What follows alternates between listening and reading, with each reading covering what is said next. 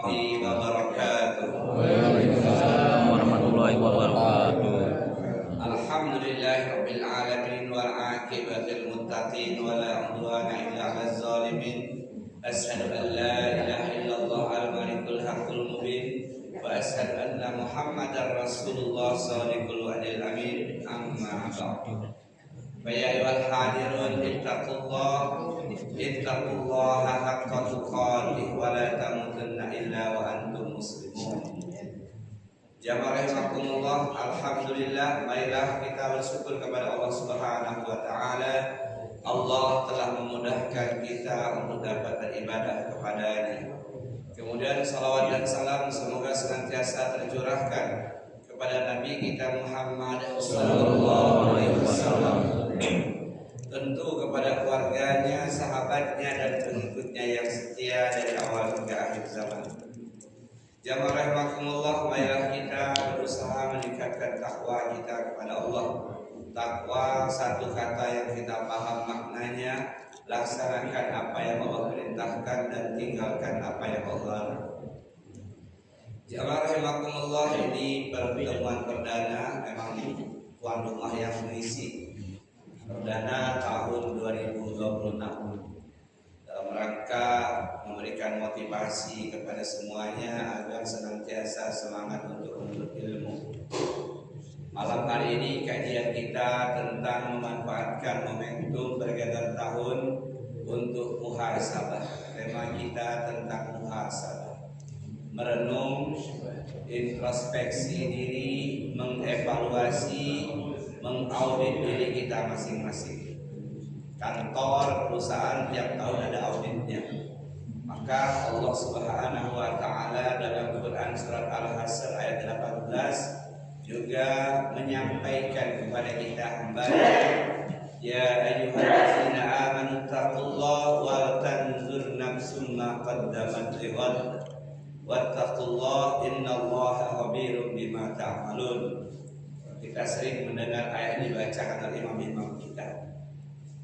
Kata Allah, wahai orang-orang beriman, bertakwalah kamu kepada Allah dan hendaklah setiap diri memperhatikan, setiap diri berhitung, setiap diri merenung, tafakur, mengaudit dirinya masing-masing apa yang telah dipersiapkan untuk hari akhirat. Wattaqullah innallaha khabirum bima ta'malun. Bertakwalah kamu kepada Allah, sesungguhnya Allah Maha mengetahui apa yang kamu kerjakan. Jamaah rahimakumullah, tafsir ayat ini diantaranya bahwa tidak mungkin seseorang bisa meningkatkan takwanya kecuali kalau dia sering muhasabah, mengaudit dirinya, menghitung-hitung seberapa banyak bekal yang telah disiapkan untuk hari keabadian. Kantor perusahaan itu bisa diketahui maju mundur, laba rugi kalau diaudit. Maka kita juga mengaudit diri kita masing-masing. Kita nggak diperintahkan mengaudit orang lain. Kita diperintahkan oleh Allah hendaklah setiap diri memperhatikan, menghitung-hitung, muhasabah apa yang telah dikumpulkan untuk kehidupan keabadian negeri akhirat.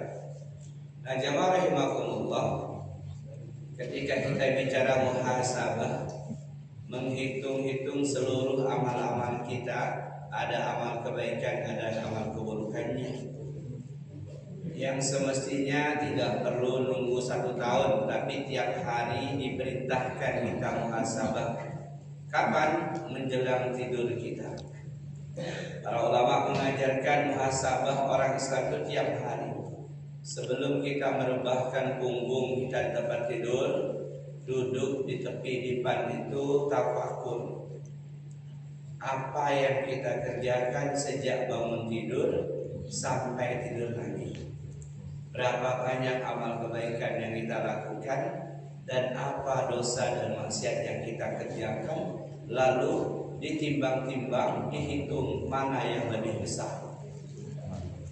Jamaah rahimakumullah, dari perhitungan itulah maka berjanji dalam hati, besok kehidupan esok harinya untuk diperbaiki. Kalau sudah ada kebaikan maka ditingkatkan. Kalau adanya dosa dan kejahatan maka ditinggalkan. Jadi muhasabah kita itu sebenarnya setiap hari. Karena kita tidak tahu apakah bangun tidur itu kita masih bisa membuka mata atau tidak. Jamaah rahimakumullah, Umar bin Khattab radhiyallahu anhu juga menyampaikan dalam perkataannya yang mulia, "Tuhasabu anfusakum qabla an tuhasabu." Kata beliau radhiyallahu anhu, hisablah diri kalian masing-masing sebelum tiba hari penghisaban yang sesungguhnya. Nah, jemaah rahimakumullah, bergantinya tahun pada dasarnya bertambah dekat kita dengan liang kubur kita. Bergantinya tahun pada hakikatnya kita semakin dekat dengan garis kematian. Secara matematika mungkin usia kita bertambah, tapi pada hakikatnya jatah hidup kita berkurang. Maka akan sangat aneh ketika bergantinya tahun malah dirayakan pura-pura, malah dijadikan momentum untuk berpesta, joget-joget, bunyikan kembang api, hidupkan mercon, bakar jagung, bakar singkong, bakar ayam tetangga. Seharusnya pergantian tahun itu menanamkan keyakinan kepada diri kita bahwa umur kita semakin pendek, sehingga yang dilakukan adalah muhasabah. Karena kata Allah Subhanahu wa taala dalam firman-Nya, "Iqtaraba lin-nasi hisabuhum wa hum fi ghaflatin mu'ridun." Al-Anbiya ayat 1. Telah dekat kepada manusia hari perhitungan amalnya. Berganti tahun semakin dekat kita dengan kematian kita. Wahum fi ghaflatin mu'ridun, tetapi manusia itu kata Allah senantiasa lalai, bahkan mengabaikannya, bahkan mengamalkan sesuatu yang bertentangan dengan hakikat pergantian tahun itu sendiri. Jamaah rahimakumullah. Kemudian ketika kita bicara muhasabah, apa sih yang perlu kita lakukan, yang perlu kita evaluasi dalam kehidupan kita, supaya ketika kita kembali kepada Allah kita mendapatkan panggilan yang mesra. Ayyatuhan nafsut thayyibah, wahai jiwa yang baik, ukhruji ila maghfiratan minallahi wa ridwan. Pulanglah kamu kepada Allah dalam keadaan Allah mengampuni dosamu dan mendapatkan keridhaan-Nya. Kita ingin kembali kepada Allah pada hari yang terbaik dalam kehidupan dunia, maka kita perlu bermuhasabah. Yang pertama, jamaah rahimakumullah, muhasabah yang berkaitan dengan ibadah hati, amalan hati, amalan batin. Amalan hati itu ada bermacam-macam, tapi ada yang paling puncak, yang paling tinggi kedudukannya, yang menentukan apakah amalan badan kita Allah terima atau tidak. Nah, jamaah rahimakumullah, amalan batin atau ibadah hati yang tertinggi adalah niat. Seluruh ketaatan kita kepada Allah, apapun amal soleh yang kita kerjakan, kalau niatnya tidak murni karena Allah, maka kita tidak mendapatkan kebaikan akhirat kita. Apapun amalnya, baik yang menyangkut langsung ibadah kepada Allah atau perbuatan baik kepada manusia. Karena kata Rasulullah SAW, Inna Allah la yaqbalu minal amali illa ma kana lahu khalisan wa bihi wajhuh. Sesungguhnya Allah tidak akan pernah menerima jenis amalan apapun dari hambanya kecuali amal itu murni karena Allah dan tujuannya berharap untuk menatap melihat wajah Allah nanti di surga. Nah, jamaah rahimakumullah, mengevaluasi niat kita adalah sesuatu yang harus sering kita lakukan.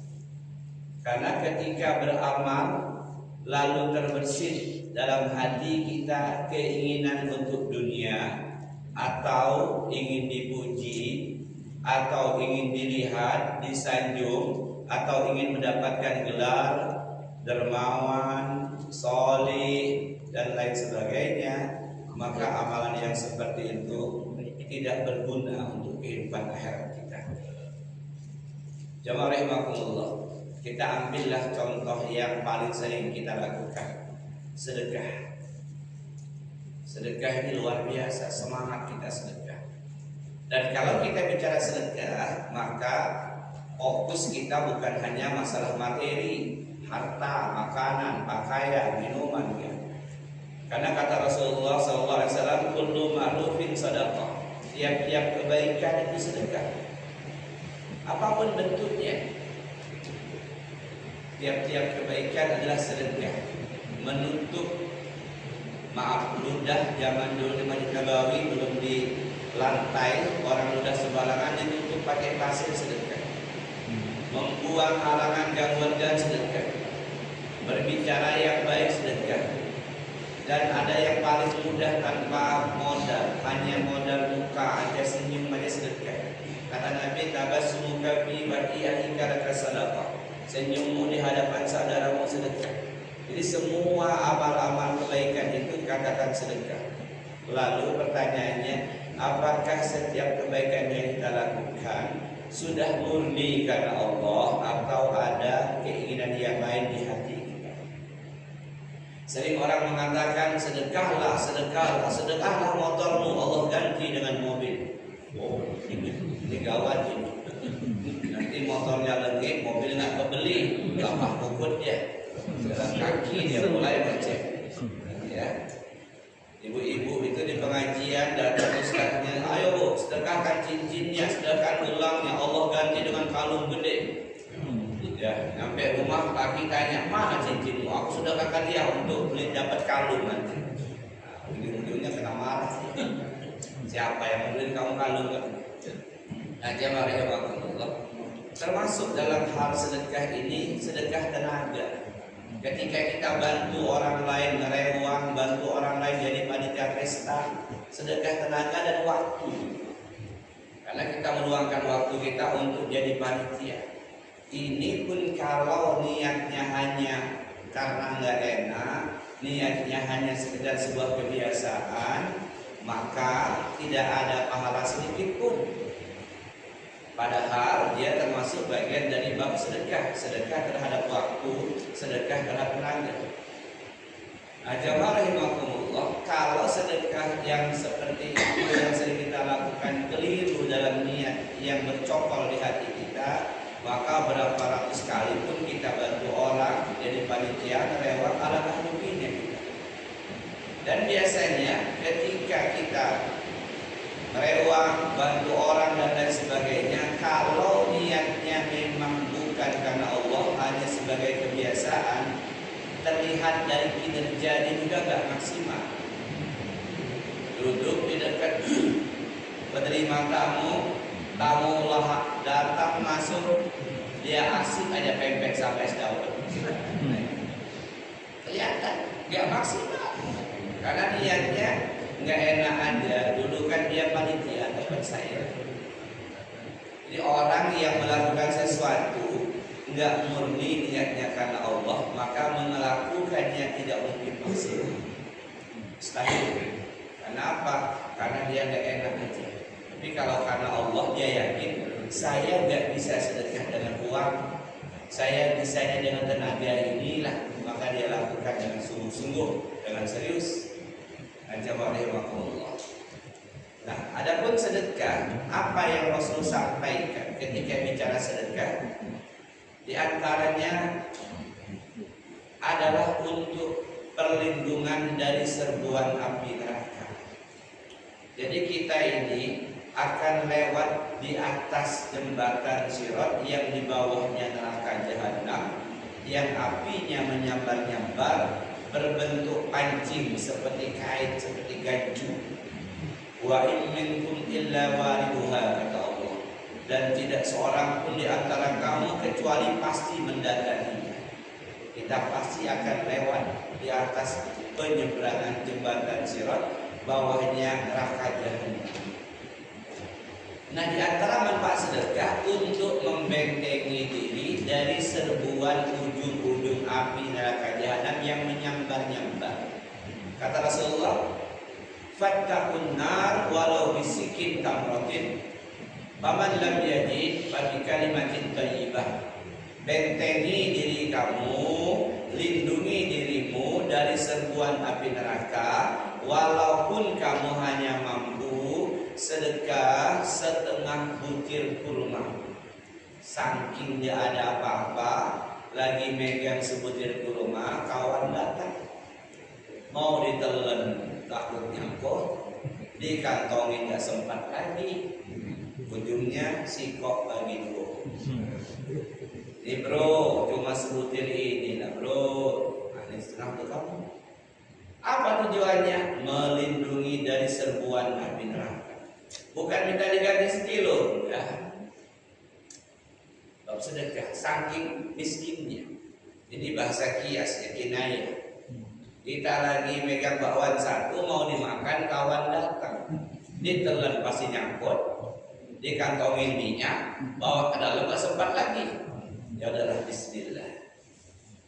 Terus, masih kok bagi dulu. Apa ini tujuannya? Untuk benteng pertahanan dari serbuan api neraka. Apa mungkin? Kata Rasulullah, kayak inilah kalau gak punya. Bukan tujuannya. Apa yang tujuannya? Nanti kamu besok beliin bakwan jas kampil. Bukan. Nah, kalau gak punya apa-apa, faman lam yajid fa bi kalimatin thayyibah. Orang datang kepada kita, wah, infaknya wah, sedekahnya wah. Kita lagi gak punya, maka kata Nabi, fa bi kalimatin thayyibah, ucapkanlah kalimat yang baik. Maaf ya Mas, ya lagi gak ada. Ada di kantong, jangan bohong, maaf ya Mas, ya gak bisa bantu. Ada duit tapi ada keperluan lain. Jadi kalaupun nggak punya apa-apa, jangan, woi kamu tiap hari mengemis jadi gawe, coba kerja ke sana. Banyak kita sekarang ketemu yang datang, bahkan saya lihat ada yang ke rumah. Hari apa tuh ke rumah? Kaget saya. Assalamualaikum, salam saya di depan. Bukan tempat ke Andi, masuk ke Andi. Pak, saya ini bla bla bla bla. Ibu saya mau haul tahun ke-9 kematiannya. Masya Allah, sudah tahu. Saya mohon bantuannya ya, nasi kotak 20 kotak apa. Saya bilang saya ada duit, tapi saya ada keperluan lain. Jangan bohong. Mohon maaf, saya ada keperluan lain. Saya belum bisa bantu. Jangan kita bilang, woi saya juga lagi ada ini. Padahal kita di rumah di dompet kantong ada. Nah, jamaah rahimakumullah, jadi kata Rasul seperti itu. Kalau memang nggak punya apa sama sekali, maka ucapkanlah kalimat yang baik. Nah, itu tujuan sedekah, niatnya karena Allah, tujuannya untuk membentengi dari sebuah api neraka, bukan untuk digantikan di dunia. Ustaz, kalau di Al-Quran dikatakan setiap satu kebaikan diganti 700 kali lipat, betul. Bisa mi'ati difit al-hasanatu bihasati mi'ati difit. Allah ganti 10 sampai 17 kali lipat. Tapi Allah tidak pernah mengatakan itu diganti di dunia. Tidak ada. Karena dunia ini kalau ukurannya seperti itu, banyak orang yang pelit makin kaya. Kalau ukurannya itu, maka Khadijah itu ketika wafat harusnya orang paling kaya di kota Mekah. Tapi nyatanya beliau itu wafat habis hartanya dari seorang bangsawan, hanya punya berapa gram kalung dipakainya, sama baju gamisnya satu. Hartanya kemana? Diinfakkan, disedekahkan untuk membantu dakwah Rasulullah Sallallahu Alaihi Wasallam. Nah, jamaah rahimakumullah, yang pertama untuk benteng pertahanan. Yang kedua, kalau kita bicara sedekah, kata Rasulullah, kullu mri'in fi zilli shadaqati hatta yudha bainan nas. Tiap-tiap kalian nanti di padang mahsyar akan berlindung di bawah sedekahnya masing-masing sampai selesai masa persidangan. Lama kita berdirinya sesuai dengan amal-amal kita, sesuai dengan harta yang kita miliki. Nabi Sulaiman itu dikatakan berdirinya 50.000 tahun masa sidangnya karena dia raja di raja. Panjang lama. Nah, semakin banyak harta kita semakin lama prosesnya karena akan ditanya masalah harta itu dua hal, dari mana kamu dapatkan, kemana kamu belanjakan. Detil. Nah, jamaah rahimakumullah, nunggu masa persidangan itu matahari padang mahsyar 1 mil di atas kepala kita. Matahari dunia hari ini jutaan kilometer di atas kita, masih panas. Apa nanti gak hancur? Gak. Kematian itu hanya sekali ketika di dunia inilah. Ketika telah dibangkitkan kita menjadi manusia yang kuat dan tidak ada lagi kematian. Summa la yamutu fiha wa la yahya. Tinggi seperti Nabi Adam, 60 hasta ke langit, kurang lebih 28 meter. Gagah dalam keadaan tanpa pakaian, tanpa alas kaki dan belum bersunat, kata Nabi. Nunggu sidang. Bagaimana panasnya, keringatnya ada yang sampai ke lubang hidung, ada yang sampai mata kaki, ada yang berenang dalam kepayahan. Itu gambarannya, jangan dipakai logika. Pokoknya Nabi sampaikan seperti itu. Ada yang sampai betis, ada yang sampai tulang hidung. Kenapa? Panas matahari mengeluarkan keringat. Ada orang yang santai nunggu sidang. Kenapa? Dia punya tempat berteduh, tempat bernaung. Kullu ri'in fi zili sadaqah.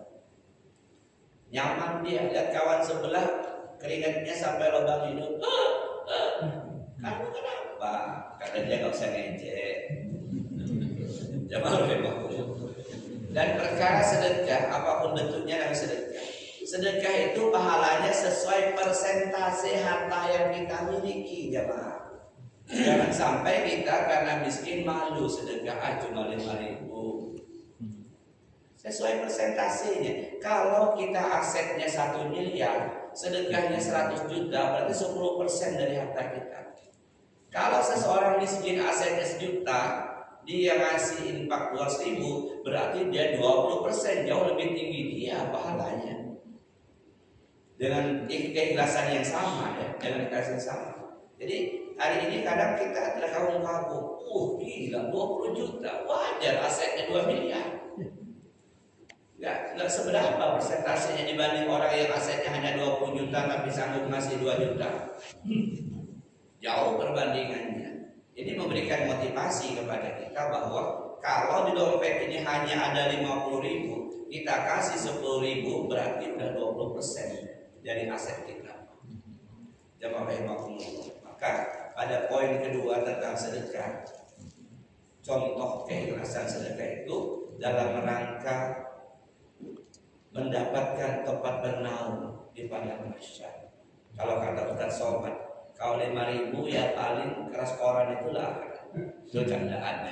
Oh, alam nanti gimana yang asli. Tapi kalau besar katanya banyak, padahal dia orang biasa-biasa aja, maka cor-coran beton nyaman dia dulu. Aja itu perkara sedekah. Artinya muhasabah kita, poin pertama ibadah hati. Ibadah hati ini banyak jenisnya, tapi yang paling tinggi niat yang ikhlas karena Allah. Ibadah hati syukur, sabar, tawakal, qanaah, itu semua ibadah hati. Khauf, roja, mahabbah, itu semua ibadah hati. Tapi yang tertinggi kedudukannya adalah niat yang ikhlas karena Allah. Nah, jamaah rahimakumullah, kemudian kita contohkan lagi misalnya dalam perkara niat ini adalah sholat malam. Sholat malam ini istimewa, sholat yang paling tinggi kedudukannya di antara seluruh sholat sunnah yang ada, sholat malam, sholat tahajud. Nah, jamaah rahimakumullah, jangan sampai kita keliru. Niat tahajudnya untuk apa? Ya jelas untuk keselamatan akhirat kita. Kata Rasulullah, ayyuhan nas absus salam wa iqamut ta'am wa sallul lail wan nasiniyam tadkhulul jannah bis salam. Hai manusia, sebarkanlah salam. Assalamualaikum waalaikumsalam. Biasa dilancarkan. Hari ini saking asingnya mengucapkan salam, banyak kita mengucapkan salam kepada orang lain, dia diem banyak, kaget, bengong ya. Nggak ada spontan menjawab karena nggak terbiasa. Bahkan kemarin cerita salah satu jamaah di masjid lain, saya praktekkan apa yang Ustaz ajarkan itu. Saya ucapkan salam sama beberapa orang kawan saya. Apa kata mereka? Kamu habis makan apa? Saking asingnya. Padahal kita udah bahas salam itu ibadah yang agung. Karena kita berpikir ibadah mulia pahala besar itu tahajud, iya betul. Baca Quran betul. Betul. Puasa sudah betul, tapi mengucapkan salam itu juga luar biasa. Mungkin sudah kita bahas ya. Adab tata cara pahala mengucapkan salam kepada siapapun kecuali orang itu sudah menampakkan kekafirannya. Pakai salib gede jangan kita halo coy halo bro aja. Hari ini kadang jangankan kepada orang yang nggak dikenal, yang dikenal aja nggak mau salam, lewat-lewat aja. Absus salam, tebarkan salam. Kemudian baik kamu to'am, beri makan orang miskin. Siapa sih urutannya yang pertama yang paling dekat tali kekerabatannya dengan kita? Jangan salah jamaah rahimakumullah. Kalau kita mau ngasih sedekah, baik makanan atau yang lain, siapa sih yang paling nomor satu yang prioritas? Orang yang punya tali kekerabatan dengan kita. Jangan kita sibuk bagi nasi kotak, nasi bujum, atau di payan emas, sementara ponakan kita dekat rumah kelaparan. Sepupu kita, uak kita, paman kita, apalagi saudara kandung kita. Karena dalam agama kita jelas urut-urutannya. Yang punya hubungan darah dulu cek, oh aman semua. Berikutnya siapa? Orang miskin yang tinggal di seputaran tempat tinggal kita. Yang jadi perhatian kita. Nah, jamaah rahimakumullah. Kemudian baru orang yang lebih jauh lagi. Baru orang yang lebih jauh lagi. Jadi ada urutannya. Wa kamu ta'am. Kemudian yang ketiga, wasallul lail wan nasiniyam. Salatlah di waktu malam ketika manusia sedang tidur. Salat tahajud. Apa yang kita dapatkan kata Rasulullah? Tadkhul jannah bisalam. Masuklah ke dalam surga penuh dengan keselamatan. Api yang menyambar-nyambar tadi tidak mampu menyentuh tubuhnya. Sampai ke al-qantara, lembah ruang tunggu untuk masuk ke surga dalam keadaan tidak ada luka cacat sedikit. Jamaah rahimakumullah itu tentang sholat malam. Apalagi misalnya menyantuni anak yatim. Jangan sampai niatnya supaya anak saya mau ujian skripsi, saya pukul anak yatim malam ini. Atau anak saya mau ikut tes CPNS, atau yang lainnya, atau biar si singkong saya nanti betul-betul. Kalau nyantuni anak yatim tujuannya untuk dunia, akhirat nggak mendapat apa-apa. Adapun dunianya terserah Allah. Apakah Allah kasih atau tidak terserah Allah. Sejatinya menyantuni anak yatim itu supaya kita bertetangga dengan Rasulullah di surga. Kata Nabi, ana wa kafil yatim fil jannah hakadha. Aku dan orang yang menyantuni anak yatim seperti ini. Kemudian wa asara bi sababati wal wusta. Wa farraja bainahuma syai'an. Nabi mengeluarkan jari telunjuk dan jari tengahnya lalu menggerak-gerakkannya. Artinya kata ulama hadis, kalau pengen bertetangga dengan Nabi, salah satu amalnya nyantuni anak yatim. Ana wa kafil yatim fil jannah hakadha. Dekat artinya satu komplek lah ya. Surga Firdaus Jalan Flamboyan nomor 5. Tapi nomor 2 bukan nomor 5. Kan jaraknya dekat. Bisa main teman-teman. Jangan sampai keliru karena saya masih sering melihat orang ngumpul anak yatim. Kenapa? Besok anak saya mau tes apa STPDN Pak Haji. Itu niatnya iya. Aduh sayang sekali. Sayang sekali. Ya kok untuk dunia. Kalau seperti itu kita lakukan, gimana orang yang nggak pernah nyantuni anak yatim, nggak lulus dong anaknya. Nyatanya. Nah, jamaah rahimakumullah. Baik. Kemudian belajar agama nih, kawan-kawan tiap pekan sepekan kadang 2 kali untuk ilmu, duduk di majelis ilmu. Kita tanya, kita cek ke hati kita, apa sih niat saya duduk di masjid belajar agama ini? Jangan sampai keliru. Jangan sampai niatnya nggak enak, gue udah tua, takut nanti mati, nggak ada yang tak siap. daripada nganggur nggak ada kerjaan dari maghrib sampai isya enak di masjid lah. Salah kalau niatnya itu. Atau karena ingin menjadi orang yang pintar lalu berdebat dengan orang bodoh, atau untuk kepentingan dunia lainnya. Kata Nabi, man ta'allama ilma mimma yubtagha bihi Allah azza wa jalla la yata'allamu illa li arda min ad-dunya lam yajid natijatna.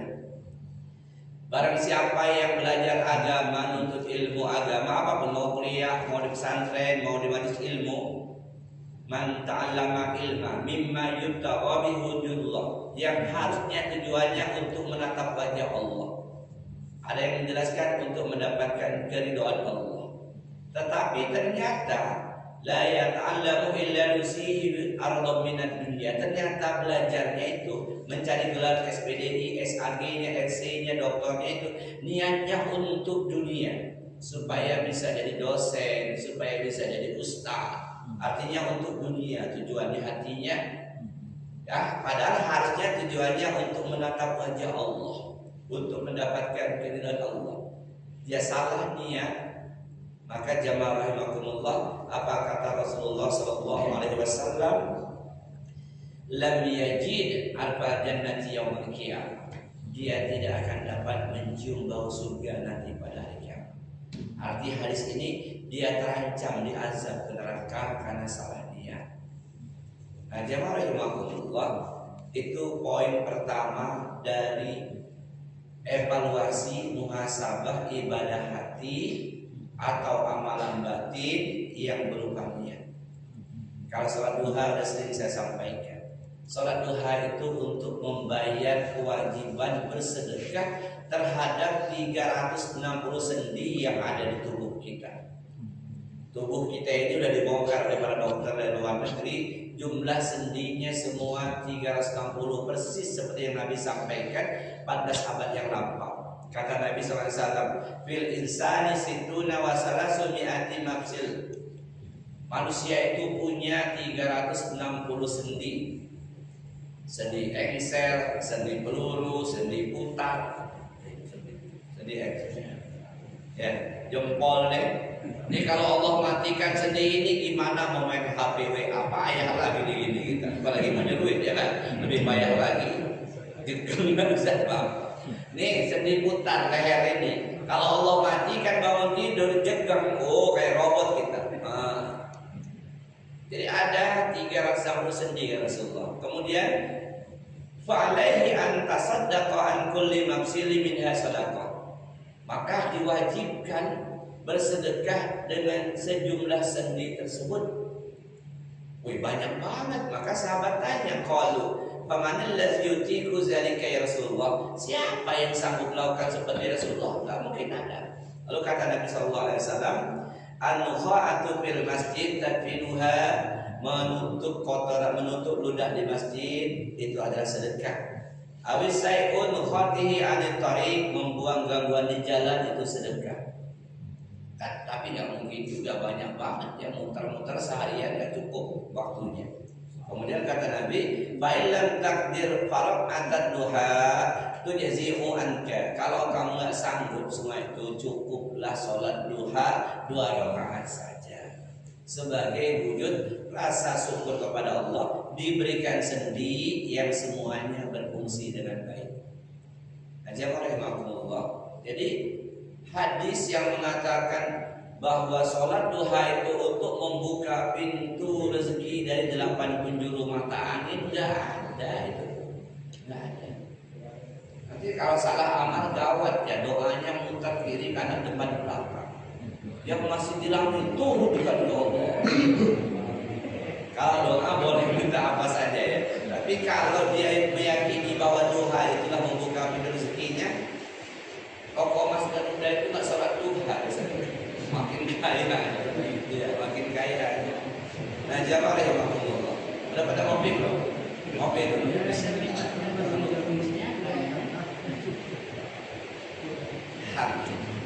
Itu poin pertama yang kita evaluasi. Tolong kawan, rewang, bantu siapapun, nemenin kawan ke pasar, ya.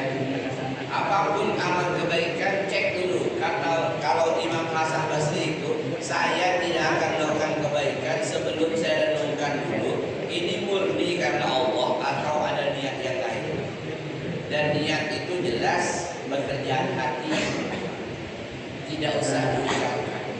Saya ikhlas kok nolong kamu, itu kata ulama tanda-tanda orang yang ikhlas.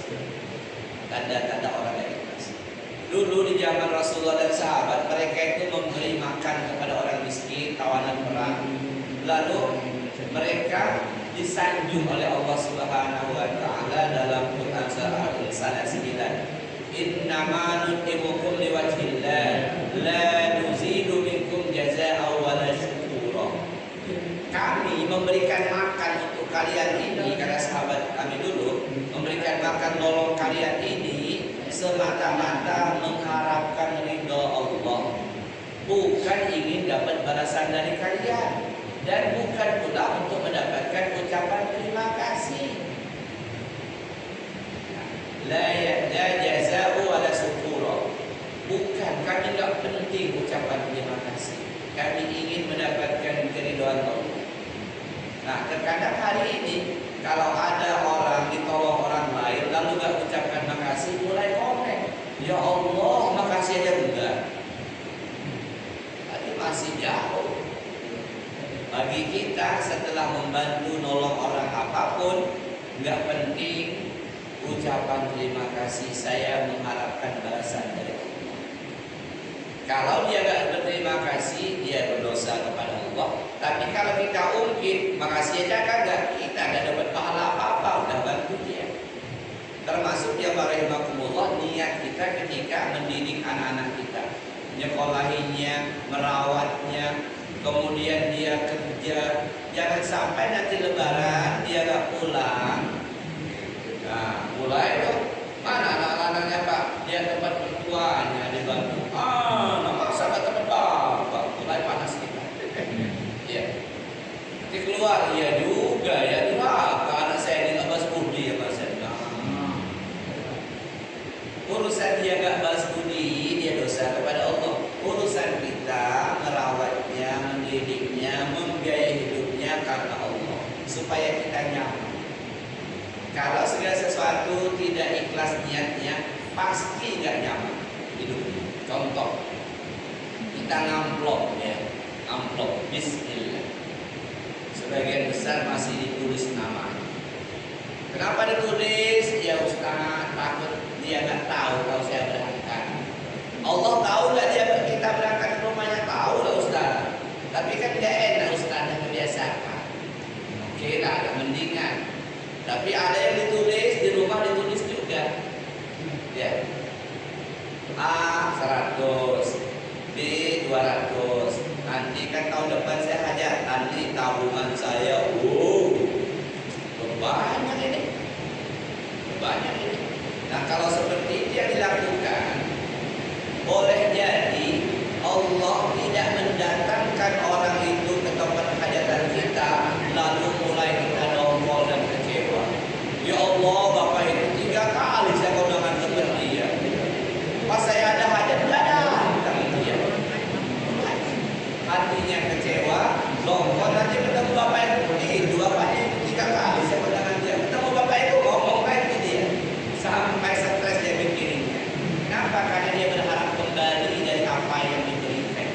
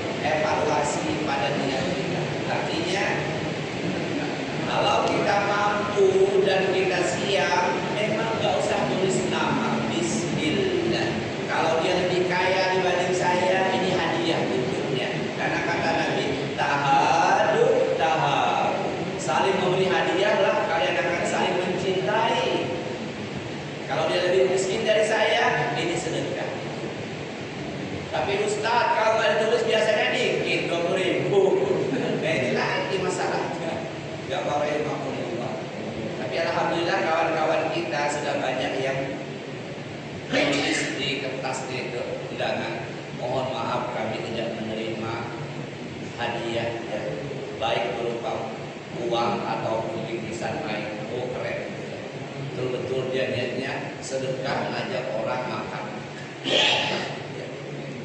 Ngajak orang makumullah itu yang pertama. Yang kedua, apa sih evaluasi kita terhadap diri kita masing-masing? Yang kedua, amalan badan kita. Amalan hati, cek niat-niat kita. Amalan badan yang paling puncak adalah sholat. Sholat ini jangan sampai kita kepedean semuanya Allah terima. Tetap kita evaluasi bagaimana gerakannya, bacaannya, tumaninahnya, syarat-syaratnya, rukun-rukunnya kita cek. Kenapa? Karena kata Nabi ada orang yang udah sholat 60 tahun. Innar rajula lisalli sittina sana. Ada orang yang sholat 60 tahun. Pamatu baru lahu sholatu, tidak diterima satu waktu pun dari sholat. Udah 60 tahun. Kalau kata kawan saya, kok cepet amat kamu sholatnya cuma 2 menit, saya udah hafal. Ada kawan saya nyebutin nama ya. Cepat betul kamu sholatnya, saya udah hafal semua gerakannya, hafal, habis berdiri ya ruku, kamu nggak sujud kata dia. Ya Rasulullah, kenapa nggak diterima sholatnya? Ya ahli yutimmu ruku wala yutimmu sujud. Kadang rukunya sempurna tapi sujudnya tidak sempurna. Atau sebaliknya kata Nabi, yutimmu sujud wala yutimmu ruku. Sujudnya sempurna, rukunya yang kagak. Jadi Nabi lebih banyak bicara pada gerakan. Kenapa? Karena bacaan sholat itu banyak variasinya, hadisnya banyak. Yang persis sama bacaan sholat seluruh dunia ini hanya satu kalimat, Allahu Akbar. Kita sholat di Amerika, takbirnya sama, Allahu Akbar. Gak pernah kita ketemu orang sholat, Allahu Shomad. Yang lain, iftitah itu hampir 10 macam. Iktidal banyak, 4 minimal. Rabbana lakal hamd, Rabbana walakal hamd, Allahumma Rabbana lakal hamd, Allahumma Rabbana walakal hamd. Belakangnya banyak lagi, min usama dan seterusnya. Lain apa namanya itu thayyiban mubarakan, banyak sekali. Ruku lebih 5 macam, sujud juga begitu. Tidak dua rasa juga hampir banyak sekali variasinya. Tahiyat ada sekitar 3 macam variasi. Jadi yang persis sama cuma takbir itu. Sehingga pada hadis ini Nabi menekankan pada gerakan. Ada orang yang sholat rukuknya sempurna, betul-betul siku-siku, tapi sujudnya enggak. Ya, sujudnya enggak sempurna. Kadang tangannya mencengkram, kata ulama hadis. Kadang ini nempel di lantai, kadang ini nempel di pinggangnya, badannya. Kata Nabi, sholat itu antara lengan ini dengan perut ini, bahwa ini bisa dilewati anak kambing kecil. Itu soal sendiri. Kalau berjamaah lihat situasi, jangan pulang ngecek leher kawan ketekan. Kata Nabi, berlemah lembutlah. Karena ada yang kemarin tanya, Ustaz, kawan kita itu ngamalkan ilmu itu kayaknya tersiksa di sebelahnya. Ini situasi sendiri. Kalau kata Nabi, kalau berjamaah berlemah lembutlah. Kira-kira sempit ya, kayak gini sedikit, jangan Allah muka kawan. Jadi kalau sendiri oke, nggak bisa maksimal yang tadi disampaikan Rasulullah itu gerakan-gerakannya. Sujud ini jamaah rahimakumullah, 7 rukun sujud dipenuhi. 2 kaki ditekuk, kakinya ditekuk. Maaf, ditekuk kakinya, jari-jarinya ditekuk. Tumitnya ketemu, dilempetkan tumitnya, jari-jari menghadap kiblat. Lutut, kalau tadi ngangkat tangannya sejajar telinga, nanti sujudnya juga sejajar telinga, karena 2 hadis saja, sejajar telinga atau sejajar bahu, aswaban kibaika. Itu kata Nabi hadis. Tapi kata ulama, menggabungkan 2 hadis ini boleh antara bahu dan telinga, jangan dari kepala. Allahu Akbar. Ini yang menghadap kiblat. Iza kunta ila shalah fa'asjudu summa staqbil kiblat, Allahu Akbar. menghadap kiblat, usahakan lurus semua jari kaki. Ini normal, belum ada asam urat sama kejepit, belum normal. Selebar bahu masing-masing. Ini menghadap kiblat, jangan begini, menghadap kiblat. Jangan dimekarkan sedangannya. Oh, saya pilih yang sejajar bahu, oke. Summa staqbil kiblat, menghadap kiblat, angkat tangan. Allahu Akbar. Enggak usah divariasi, enggak usah. Meletakkannya dua macam, boleh digenggam atau ditempelkan. Nah, sujud tadi ini perkara penting sujud. Sujud ini usahakan ada lorong di sini, ada lorong. Kata Nabi bisa dilewati kambing, anak kambing yang paling kecil. Dua kaki, dua lutut, dua tangan, 6. Tambah satu wajah diwakili keping dan hidung. Itulah 7 rukun sujud yang harus kita penuhi. Jazakumullah. Kalau tadi ngangkat dia bahu, kalau saya bahu aja. Kemudian habis sholat itu Nabi melarang keras, janganlah tangan kalian seperti ekor-ekor kuda yang bersama kemari. Tetap dari tempatnya. Jangan Assalamualaikum warahmatullahi, buka pintu surga. Assalamualaikum warahmatullahi, tutup pintu neraka. Tidak ada hadisnya. Nabi melarang, tetap di posisinya. Lalu bergeraknya sering saya sampaikan. Ketika salam itu boleh sampai wabarakatuh boleh, setengah juga boleh. Tapi mulai bergeraknya minimal ketika assalamualaikum itu jangan bergerak dulu. Itu salam yang terpendek. Salam kan dibagi 3 bagian. Assalamualaikum warahmatullahi. Bergerak, nggak usah pakai dulu gini, nggak usah. Diam dulu baru ke kiri. Assalamualaikum warahmatullahi. Kalau berjamaah ada 2 pilihan. Satu, imam menyelesaikan 2 salam baru kita salam. Yang kedua, imam selesai salam pertama, kita salam pertama. Berhenti, imam selesai salam kedua, kita salam kedua. Gak usah buka tangan dan gak usah musab wajah. Gak ada dalil yang musab wajah. Apalagi kalau musab wajah kawan di partai. Jamaah. Jadi apa yang kita lakukan selama ini perlu kita cek, perlu kita evaluasi. Seperti iktidal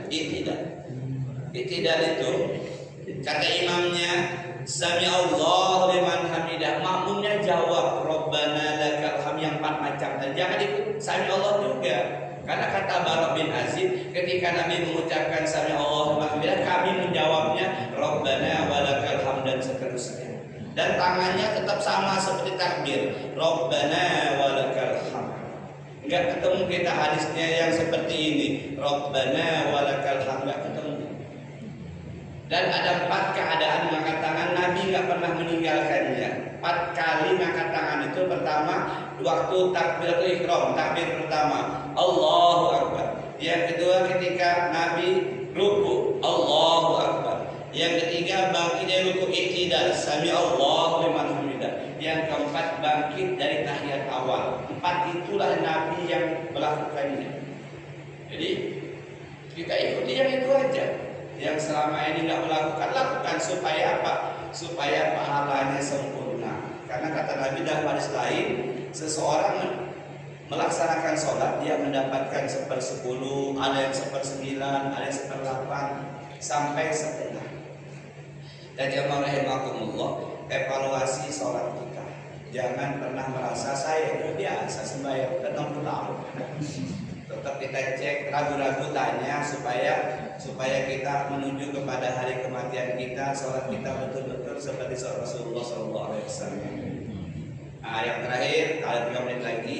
Hasil dari niat yang ikhlas karena Allah dalam setiap amal sholih dilakukan sesuai petunjuk Rasulullah. Hasil dunianya adalah akhlak yang mulia. Jadi kita cek akhlak kita. Kenapa? Karena kata Allah, Innas sholata tanha 'anil fahsya'i wal munkar. Salat itu mencegah dari perbuatan keji dan munkar. Keji itu kejahatan di bawah perut, syahwat terhadap lawan jenis. Munkar itu syahwat terhadap dunia, harta, pangkat, bukan jabatan di atas perut. Nah, kalau kita sudah sholat, niatnya ikhlas kata Allah, kok kita masih sering ngirim gambar wanita cantik pakai rok pendek, kopinya kirim kemana? Ini perlu ditanyakan ke hati kita. Nah, apa saya kayak ini? Karena saya sering menemukan di grup-grup lain itu, kaum grup kita kayaknya dari dulu gak pernah ya. Itu sering sekali ngirim foto-foto wanita-wanita pakai celana pendek.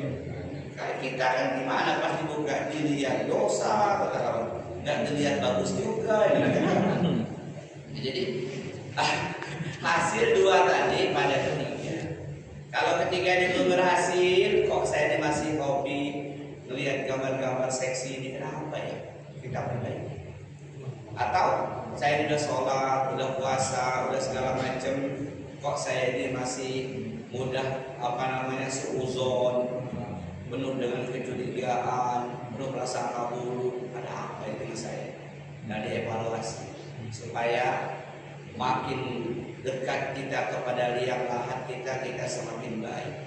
Ujungnya kita berharap husnul khotimah. Ya, ujungnya itu kita dipanggil dengan panggilan dalam Al-Quran itu, ya Tuhan nafsul mutmainnah, jiwa yang tenang, jiwa yang tenang. Irji'i ila rabbika radiyatan mardiyah wa tulibi ibadi wa tulibi. Kalau mau ditambahkan keempat apa Ustaz? Yang keempat, evaluasi harta yang kita miliki. Aset-aset kita evaluasi. Ada nggak yang saya kumpulkan dulu dari cara yang batil dengan cara yang haram? Kalau ada, kembalikan. Nggak ada gunanya. Mungkin kita pernah kerja di kantor bawa mesin tik atau laptop atau meja kantor, atau dulu kita pernah markup data. Kalau dulu mungkin pernah bawa spidol, pernah bawa kertas. Kembalikan aja, mumpung masih hidup. Saya bilang dengan kawan-kawan saya, hari ini kita masih hidup. Kita dulu pernah jadi wakil kepala sekolah, kita pernah pakai fasilitas sekolah. Inilah kesempatan mengembalikannya. Jadi tinggal hitung aja kira-kira berapa, kasih ke sekolah untuk kepentingan bersama. Gitu ya, iya, supaya kita aman pulang di balik kematian. Kenapa? Kalau kita nggak kembalikan, saya bilang ngerti kita. Saya yakin kita kita semua pakai fasilitas sekolah untuk kepentingan pribadi. Contoh telepon sekolah zaman dulu kan telepon, ya pakai aja, padahal yang bayarnya sekolah, bukan kita. Padahal untuk kepentingan pribadi, telepon keluarga, teman, nggak boleh. Sebagian kawan setuju, oke lah bro. Dia nggak suka, itu ada diperhitungkan. Tugas kita. Demikian jamaah rahimakumullah, perdana di 2026. Insyaallah bulan depan Pak Ustadz Maftuhi ya. Pekan pertama Ustadz Maftuhi. Dan insyaallah pekan ganjilnya Ustadz Zilhendri. Jadi untuk pekan pertama itu kita bagi dua ini Pak. Mana Pak Ketua? Pekan pertama bulan ganjil Ustadz Zilhendri, bulan genap Ustadz Maftuhi. Seperti itu, insyaallah ya. Masukan dari kawan-kawan sudah kami terima, sudah kita seleksi, sudah saya tanya Pak B, Pak siapa udah tunggu beberapa pendapat dari tua-tua kita. Ini rolling, ini ganti, ini penyegaran, ya kayak pegawai Pemda lah kira-kira. Kelamaan. Ya semua kita tampung ya. Demikian kita tutup dengan kafaratul majlis. Subhanallahumma wa bihamdika asyhadu an la ilaha illa anta astaghfiruka wa atubu ilaik. Wassalamualaikum warahmatullahi wabarakatuh. Waalaikumsalam.